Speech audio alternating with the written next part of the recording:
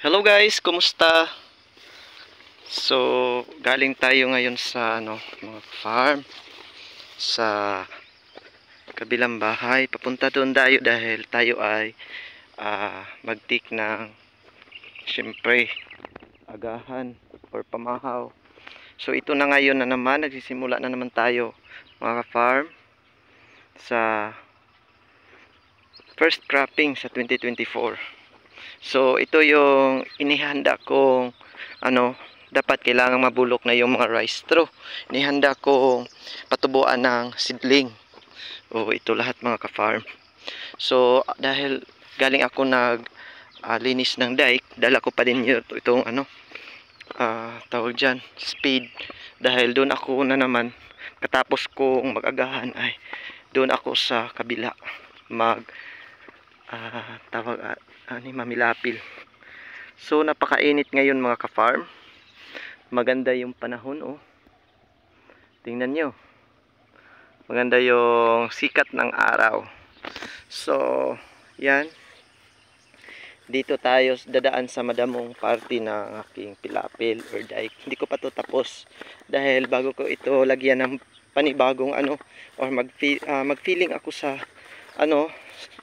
sa dito banda mga ka-farm, ay kailangan tanggalan muna natin ng damo, kasi kapag natabunan sa lupa yung damo ay mas lalong dadami ito at sumibol yung kanyang mga buto, another buto at another population na naman, or tawag dyan, another na naman yung seedling, at dadami na sila ng dadami kapag maging sisibol kapag hindi natin tanggalin tong mother plant niya. So ito kasi yung damo na hindi mamatay sa glyphosate. Iwan ko ba kung meron ba kayong glyphosate na nalalaman na pwede makapatay nito mga ka-farm mo. Grabe, napaka-paste talaga to sa amin dito. Itong Eleusine indica or goose grass or saan ni? Bila-bila. Ano tayo tawagan ni? Pad-pad. Pad-pad sa Bisaya. So, ito na mga ka-farm. Dalawang bisis na to nadaanan ng turtle or second passing na ba? Ito. So, yan. Kunti pa lang yung natapos ko dahil sa sobrang init ay kasi alas 5 ako magsisimula sa umaga, tapos sa ganito ng init mga ka-farm, hindi pa mga alas 8 pa ngayon, pero grabe na yung sikat ng araw. Napakatalas talaga yung init mga ka-farm. Hindi friendly ang init ngayon. So kailangan magdepensa tayo. Kasi tingnan nyo mga ka-farm, grabe. Sobrang init tingnan nyo. Grabe. Ang tindi ng init ngayon. So thank you so much guys. Ito na. Dito tayo, ito yung natapos ko na mga ka-farm dike. Ang kulang nito is na lang, lagyan ng bagong yung mga butas-butas, katulad dito yung dinadaanan ng harvester. Yan.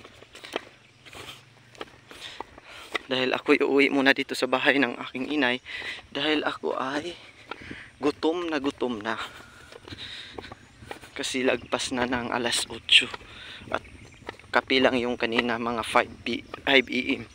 So kung meron ditong na shade ng kasi hindi ko pwedeng matagalan sa araw, mabibilad sa araw dahil alam niyo na mga ka-farm, bawal sa atin yung sobrang mabilad sa init, lalo na yung init ngayon ay hindi friendly. So nandito na tayo mga ka-farm, dito na tayo, naabutan natin ang yan. Wow, naka-ready na kasi yung turtle dito nilagay mga ka-farm. So nandito, good morning. Ay nagtanom day akong inahan mga ka-farm. Sa man na imong gitanom nay? Okra. Kay nagreplant siya kay wala na turok. So nanay ko yarn, kay hindi yan nanay nyo. So ito na mga ka-farm, may daily konsumo ito. Yes, tapos broadcast lang. Ito ang resulta, oh. Broadcast diretso yung pichay, hindi na namin na transplant. Tapos dito hindi pa to masyado nakikita yung ibang tanim kasi medyo bata at ano pa. So yan, ito lang ang maipakita ko sa inyo mga ka-farm. Tapos, uy, ibukhad na ang buwak na pod. So, dito na. So, parang update na naman to mga ka-farm for today's video. So, yan lang mga ka-farm. Oh, maganda talaga. Hindi pa, ano lahat mga ka-farm. Or ito lang talaga yung petal. Maganda ang kulay nito mga ka-farm. Kaso lang, single petal lang siya. Pero, malaki yung kanyang round or diameter. Unlike dito mga ka-farm, oh, iba ang kulay pero maliit. Mayroong mga double pero ibang kulay. But anong kulay ang tawag diyang kulay na yan mga ka-farm? Basta simple lang ito na mabulaklak mga ka-farm. Makikita natin to sa mga maisan. Oh, di ba? Tapos mayroon pa lang isang ulasiman, tapos hindi masyado pero ibang kulay, di ba? Yan. Oh, thank you so much mga ka-farm. Yun lang kasi ako ay makakain na. Naglaway ka nay? Okay. So ready lang nato ni mga ka-farm no. So tungod sa maayo nga panahon nga gihatag karon nga mga buwan, simana, ay maganda rin ang resulta sa ating mga pananim mga ka-farm, di ba?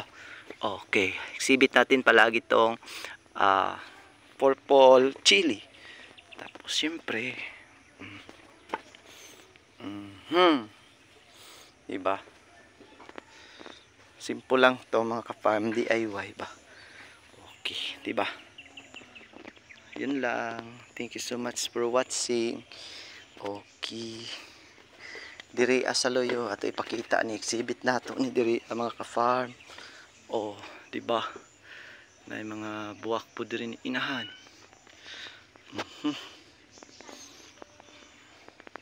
Maayo din siya nay kung naadto yun sa ibabaw ang dako nga kuan niya ba kanang katay or gay kini nga bulak.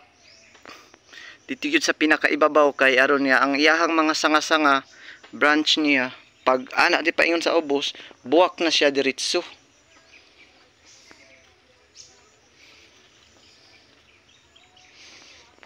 Kayo simple lang siya nga buwak mga pamper kada adlaw gid siya gahatag og kuan ba. Di ba? Simple.